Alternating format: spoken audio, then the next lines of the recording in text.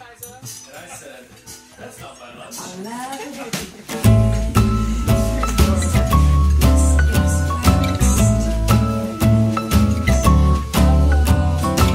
Today, we're going to be talking about why 3% is a big deal for all of us. Consumers are very much heavy driven by women, and to have them not represented in the workforce in which we are advertising to is kind of a miss for most organizations.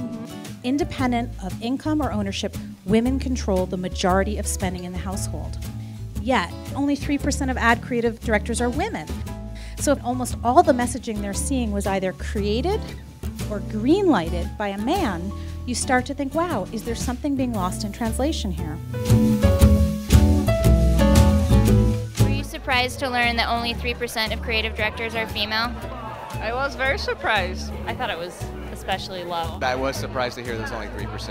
I actually wonder if something happens kind of at the grade school level, like high school, where this type of career path is somehow like selected out, kind of. Yeah. So I look at my sisters, and I think they always had kind of ideas of what they wanted to be when they grew up.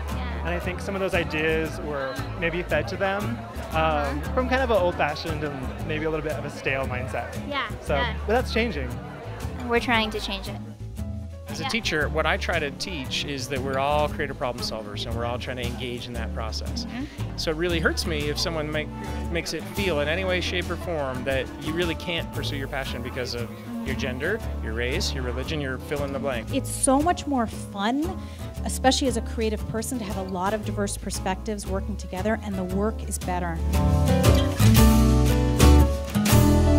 So I thought I would ask you why you felt like it was important to be a panelist at this event, especially given where we live and that our gender gap is even worse than the norm.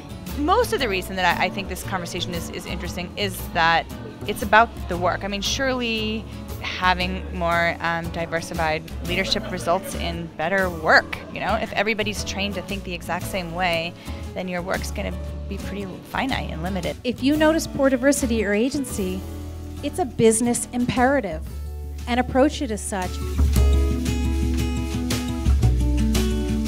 What do you think that we can gain from this as a community?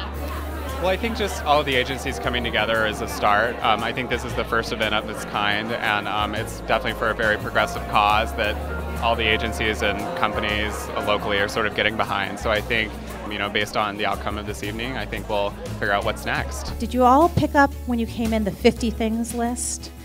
It is all these little micro actions that, when done with consistency, make change. It is not that you have to scrap your agency and start all over. There are 50 things on that list that if you even did 10 of them, you will see a change in your agency around diversity. You can do better.